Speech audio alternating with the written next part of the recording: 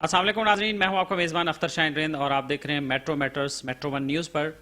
नाज़रीन, पाकिस्तान में वैसे तो मुख्तलिफ सूबों में मज़दूरों की जो सूरत हाल है वो कोई अच्छी नहीं है बहुत ज़्यादा, लेकिन ख़ास तौर पर सिंध में भी मज़दूरों की जो सूरत हाल है वो भी बहुत ख़राब है, बहुत अच्छी नहीं है। मज़दूरों को वक्त पर तनख्वाहें नहीं मिलती, मिनिमम वेज जो है वो नहीं मिलती। बहुत सारी फैक्ट्रियों में ख़ास तौर पर मज़दूर तो बहुत सारे हैं, लेकिन जो फैक्ट्रीज़ में काम करने वाले मज़दूर हैं उनका इस्तेसाल बहुत ज़्यादा हो रहा है और वो बेचारे अपने हक के लिए आवाज़ तक नहीं उठा सकते।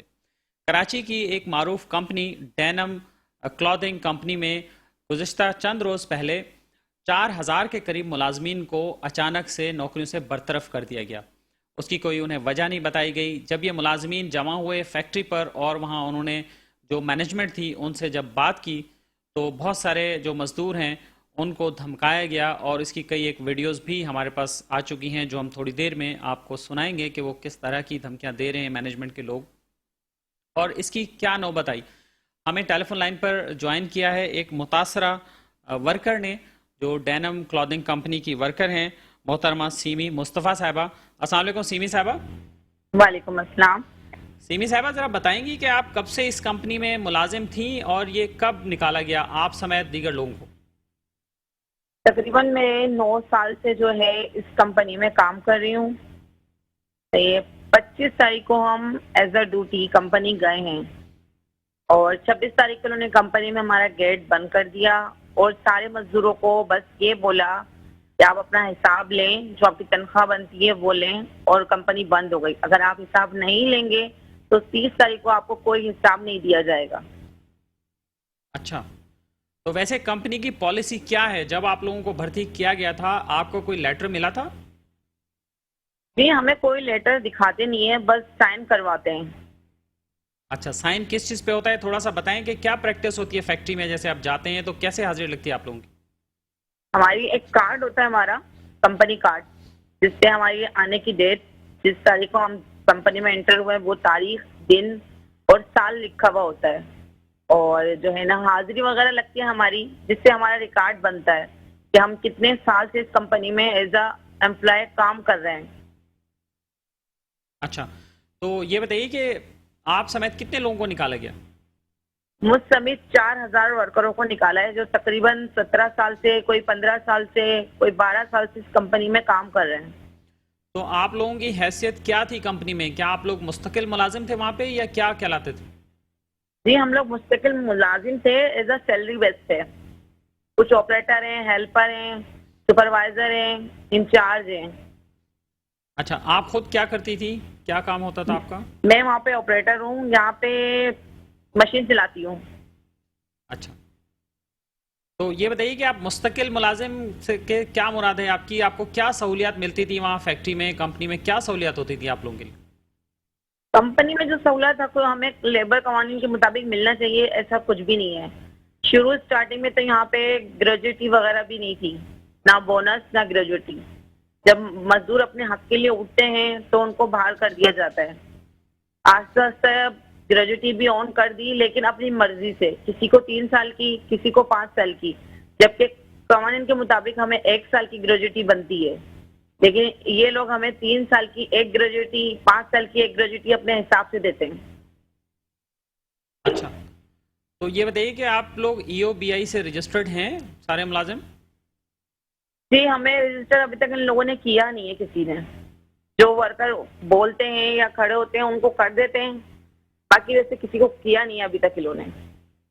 मतलब जितने हज़ारों मुलाजमीन हैं तो आप ये कह रहे हैं कि हज़ारों मुलाजमीन को अब तक उन्होंने रजिस्टर ही नहीं करवाया?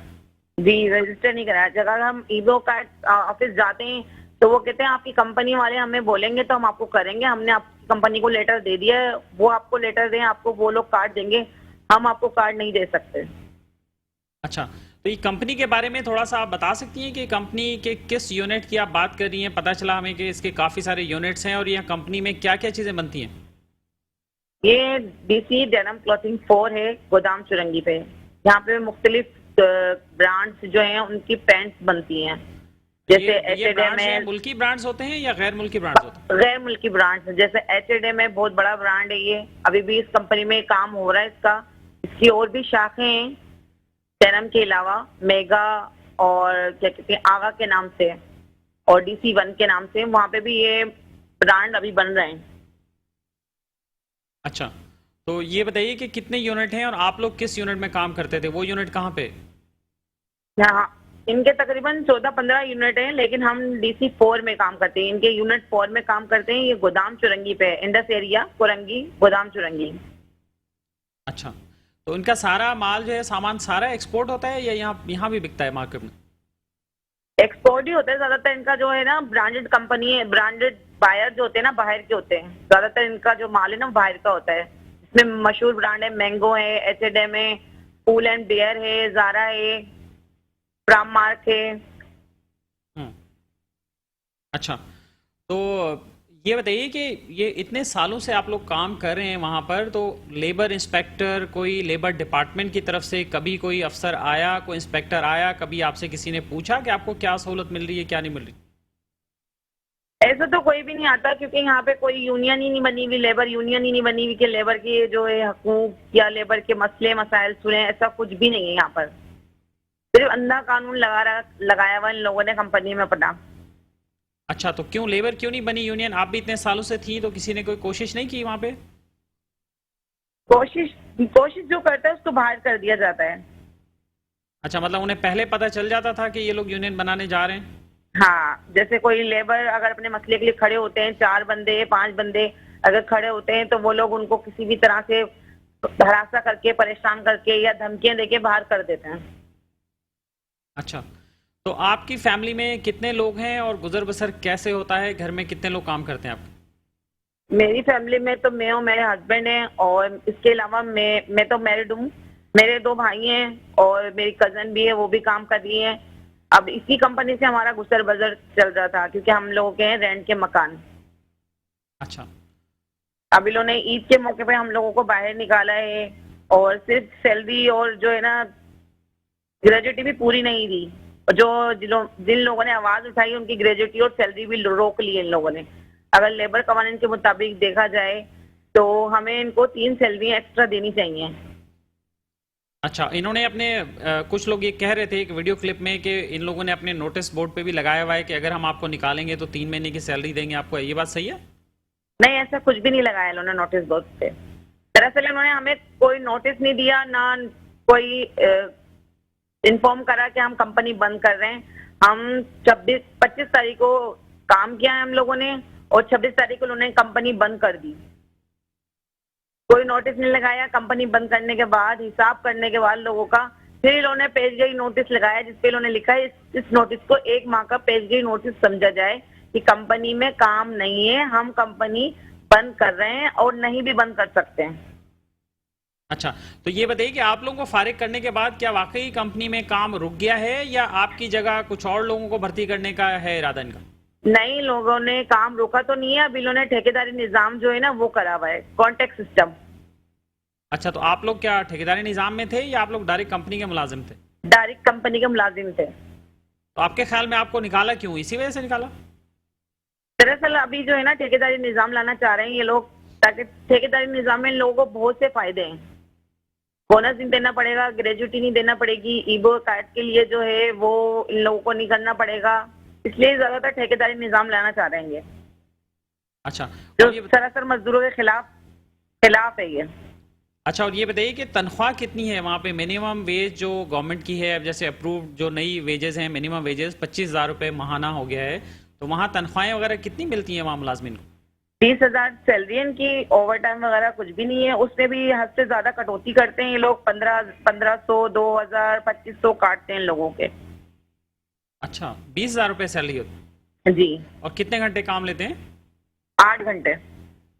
अच्छा, और कोई कन्वेंस वगैरह होती है आप लोगों को, पिक एंड ड्रॉप कोई चीज़? जी, कन्वेंस तो इन लोगों ने दी हुई है, बस बराए नाम।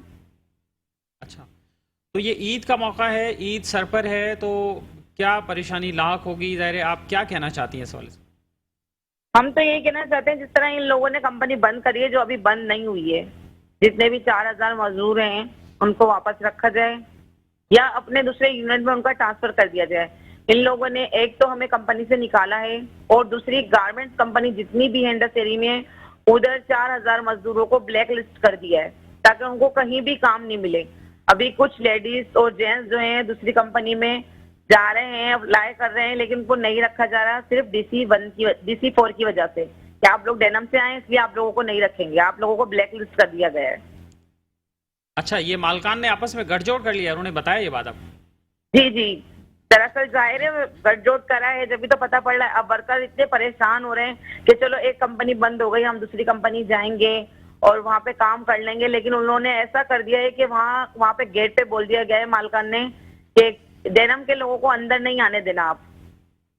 अच्छा, चले, अल्लाह ताला आपकी मुश्किल आसान करे। और इस हवाले से जो कोशिश हो सकती है, मेट्रो वन ने कोशिश की है कि आपकी आवाज़ बने और आप मजदूरों की, वर्कर्स की आवाज़ है वो आला हुकाम तक पहुंचाए। आप आखिरी बात अगर करना चाहें तो बताएं। मैं यही करना चाहती हूँ, देखें इस टाइम मुझे सब सुन रहे हैं, मेरी भी ग्रेजुएटी वगैरह रोक दी गई है, सैलरी रोक दी गई है क्योंकि मैंने इनके खिलाफ आवाज उठाई थी। मुझे धमकियां भी दी गई हैं, पुलिस को भी बुलाया गया है कंपनी के बागी इन लोगों ने कि जो आवाज उठाने आ रहे हैं उनको पुलिस की धमकियां दी जा रही हैं। दो पुलिस की गाड़ियां आ जाती हैं वर्करों को उठाने के लिए कि कोई पूछने वाला नहीं है। यहाँ पे एक जो है वो हमारी कैप्टन वसी के नाम से हैं, जिन्होंने यहाँ का निजाम बहुत ज्यादा खराब करा हुआ है। अगर आप कैप्टन हैं, आपका फौज में रह चुके हैं, तो आप मेहरबानी करके इस शोबे को बदनाम नहीं करें।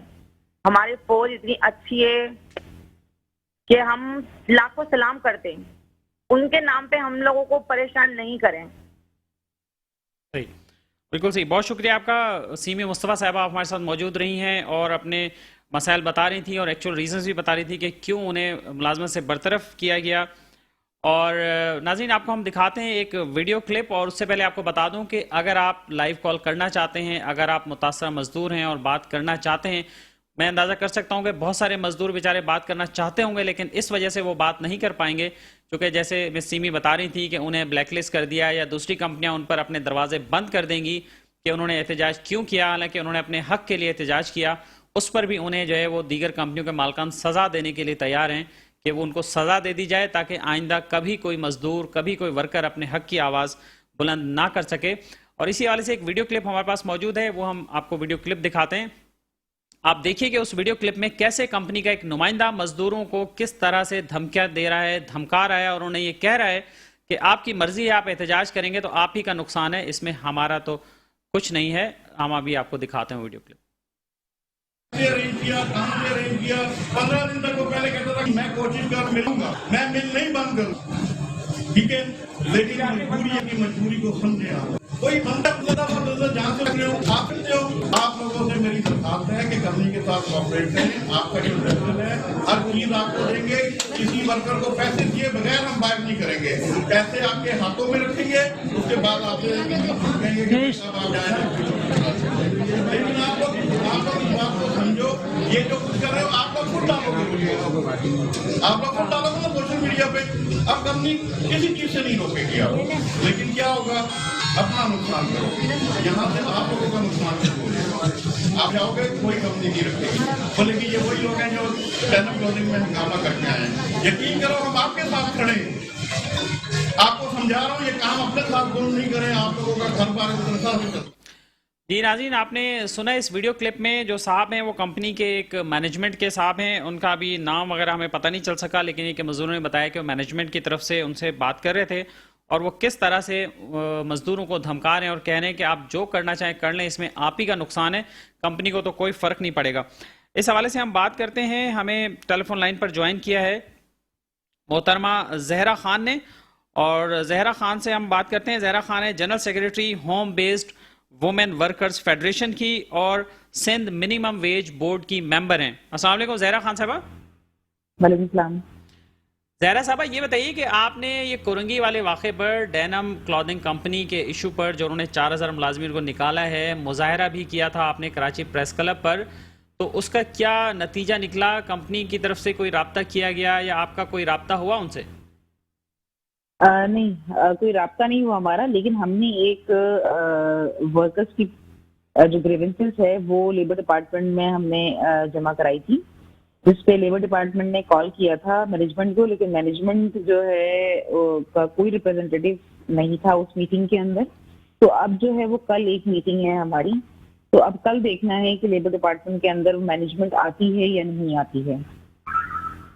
लेबर डिपार्टमेंट में कहाँ कौन सा ऑफिस डील करता है इसको? और ये ईस्ट डिवीजन है, जिसमें जॉइंट डायरेक्टर अतहर अली शाह हैं, वो देख रहे हैं इस मैटर को।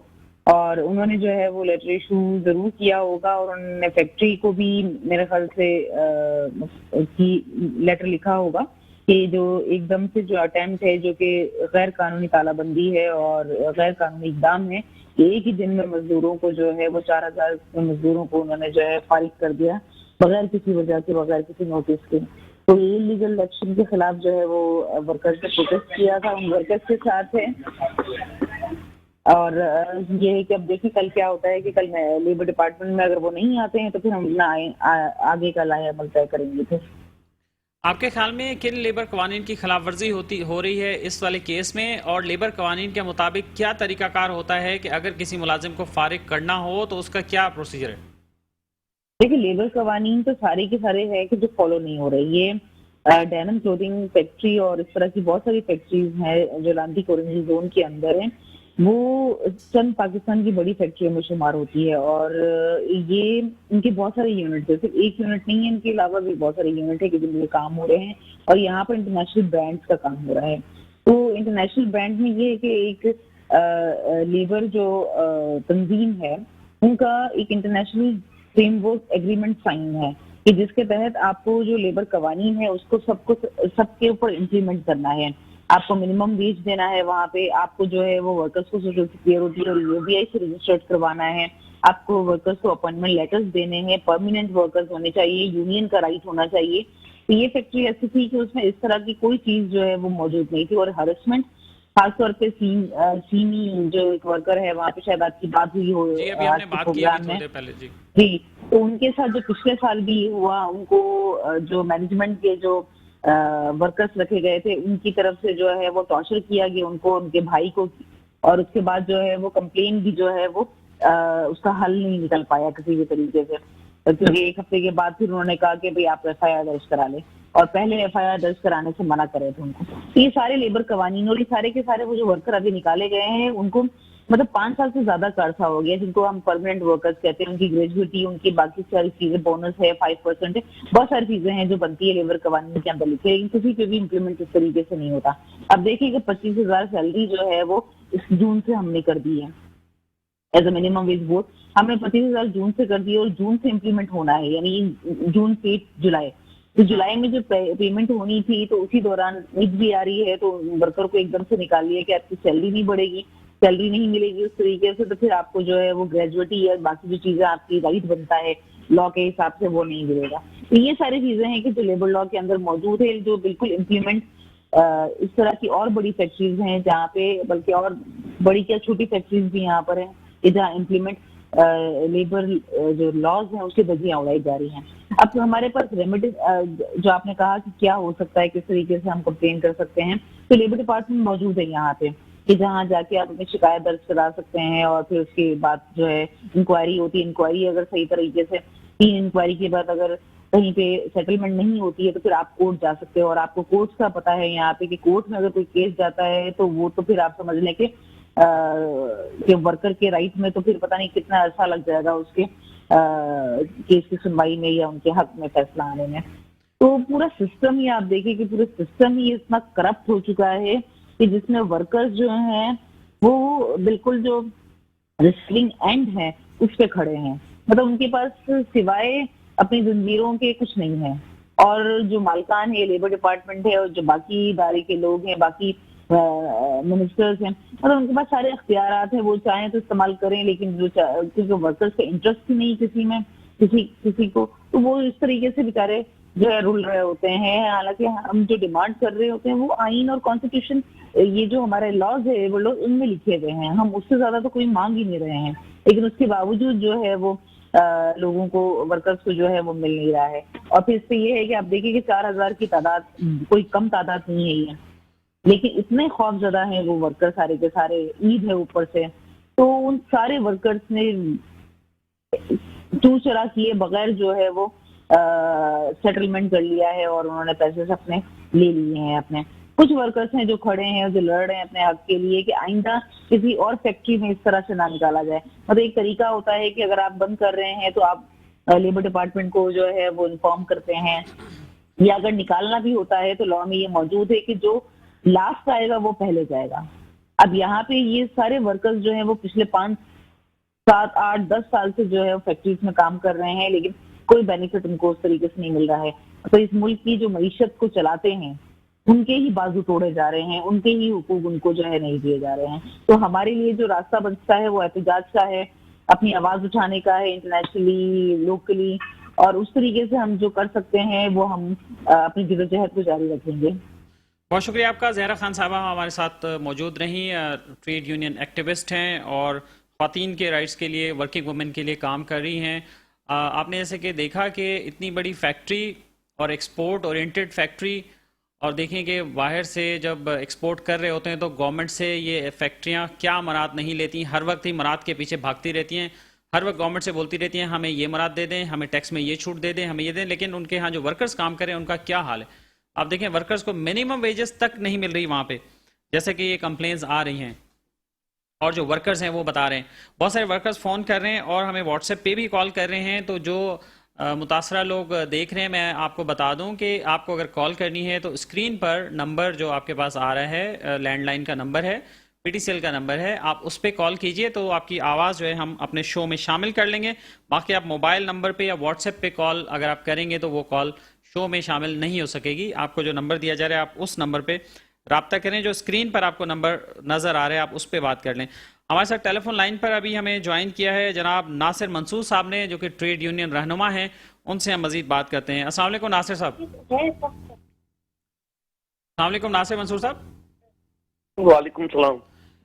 नासिर मंसूर साहब, ये बताइए कि कोरंगी में इतना बड़ा वाकया हो गया है, इतनी बड़ी तादाद में, हज़ारों की तादाद में मजदूरों को बैक जुम्बिश कलम फारिग कर दिया गया है बगैर किसी वजह के और बगैर किसी उसके।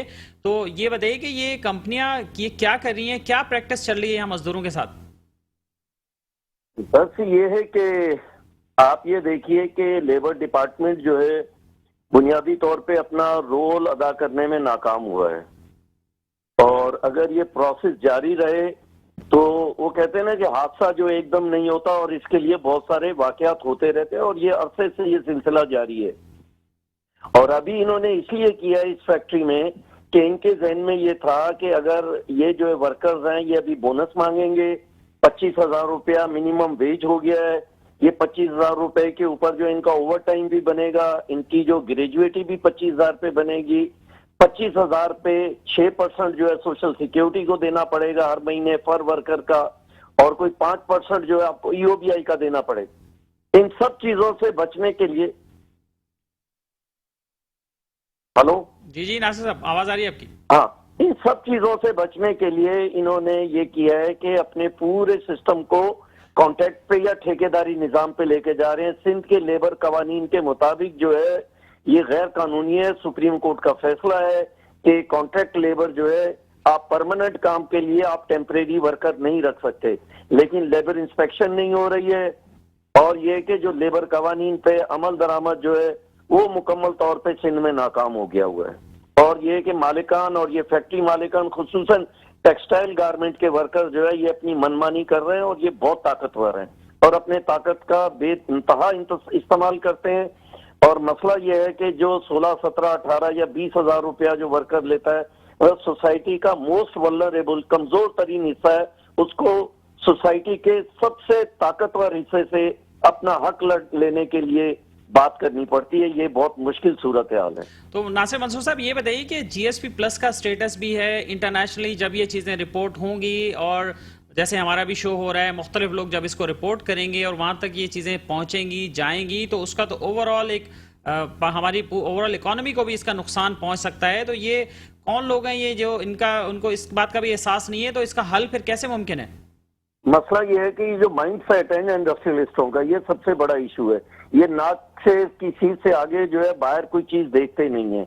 अभी आप देखिए 3 दिन पहले यहाँ पे जो है जीएसपी प्लस की टीम आई हुई थी और यहाँ मुलाकातें करके यहाँ से गई है, और ये मैसेज और 2000 अगले साल जो है शुरू में पार्लियामेंट के, यूरोपियन पार्लियामेंट के अंदर दोबारा ये जाएगा जीएसपी प्लस के लिए, क्योंकि ये 10 साल कंप्लीट हो रहे हैं। और इन्होंने वादा किया था कि ये लेबर कवानीन और इंसानी हकूक का वर्क प्लेसेस के ऊपर उसकी रिस्पेक्ट करेंगे।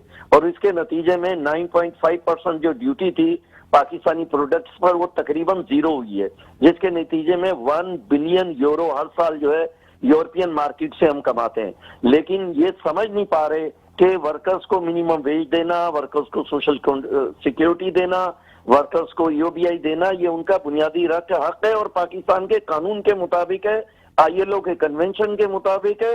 और वो यूरोपियन यूनियन इनको कुछ ही नहीं कहती, वो कहती है पाकिस्तान के जो सैफ अफ्रीकी मुज़ाकरात के नतीजे में जो कवानीन बने हैं, जो मालिकान ने वर्कर्स के साथ बैठ के कमिटमेंट किया है, उसी पे इंप्लीमेंट करें तो हम आपको अपनी मार्केट खोल देंगे। लेकिन ये अपने किए हुए वादों को भी पूरा करने के लिए तैयार नहीं है।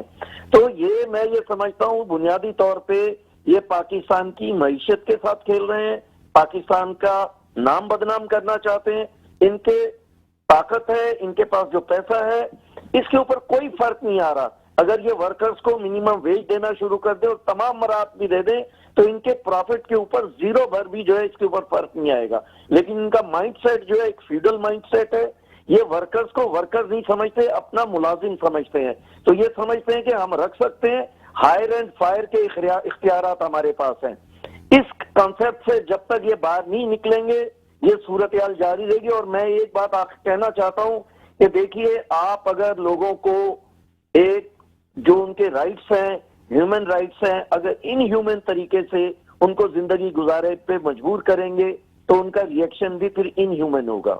आपने सियालकोट में देखा, उनके साथ सफोकेशन थी, उनको तंग किया गया और उसका नतीजा किस शक्ल के अंदर निकला। हम उसकी हिमायत नहीं करते, लेकिन यहाँ पे खुसूस तौर पर कुरंगी इंडस्ट्रियल एरिया में जो कुछ हो रहा है ये बहुत खतरनाक नतीजे निकालेगा।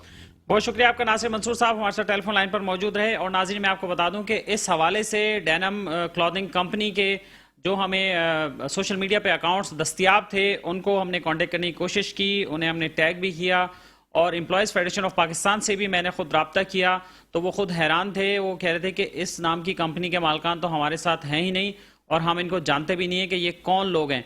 तो आप देखेंगे एम्प्लॉयज़ फेडरेशन ऑफ पाकिस्तान एक ऐसा प्लेटफॉर्म है जो एम्प्लॉयर्स का है, लेकिन ये ऐसे अननोन लोग हैं या गालिबन पता नहीं किस तरह के ये लोग हैं, या एम्प्लॉयर्स फेडरेशन उन्हें अपने साथ रखना पसंद नहीं करती, या ये लोग क्या चाहते हैं कुछ समझ में नहीं आया। लेकिन इनसे रब्ता करने की हमने 12 कोशिश की है, लेकिन इनसे कोई रब्ता नहीं हो पाया और इनकी तरफ से भी कोई जवाब जो है वो नहीं आ पाया है। इसी तरह हमने लेबर डायरेक्टरेट से भी रब्ता किया, DG लेबर के ऑफिस में भी रब्ता किया, लेकिन उनकी तरफ से भी कोई जवाब नहीं आया। वजीर मेहनत सिंध जनाब सईद गनी साहब से भी हमने रब्ता किया, लेकिन उनकी तरफ से भी कोई जवाब नहीं आया है। मजदूर बहुत सारे लोग बात करना चाहते हैं, लेकिन वक्त की किल्लत के बायस हम उनसे बात नहीं कर पाएंगे और मजदूरों का जो पॉइंट ऑफ व्यू है वो सीमी मुस्तफ़ा साहिबा ने शेयर कर दिया है। नाज़रीन, यहाँ वक्त हुआ एक ब्रेक का और ब्रेक के बाद आपको बताएंगे कि किस तरह से नॉर्थ नाज़िमाबाद के एक घर से घरेलू मुलाजमा जो एक सराय की लड़की थी वो कैसे गायब हो गई और अब तक उसका सुराग नहीं मिल सका।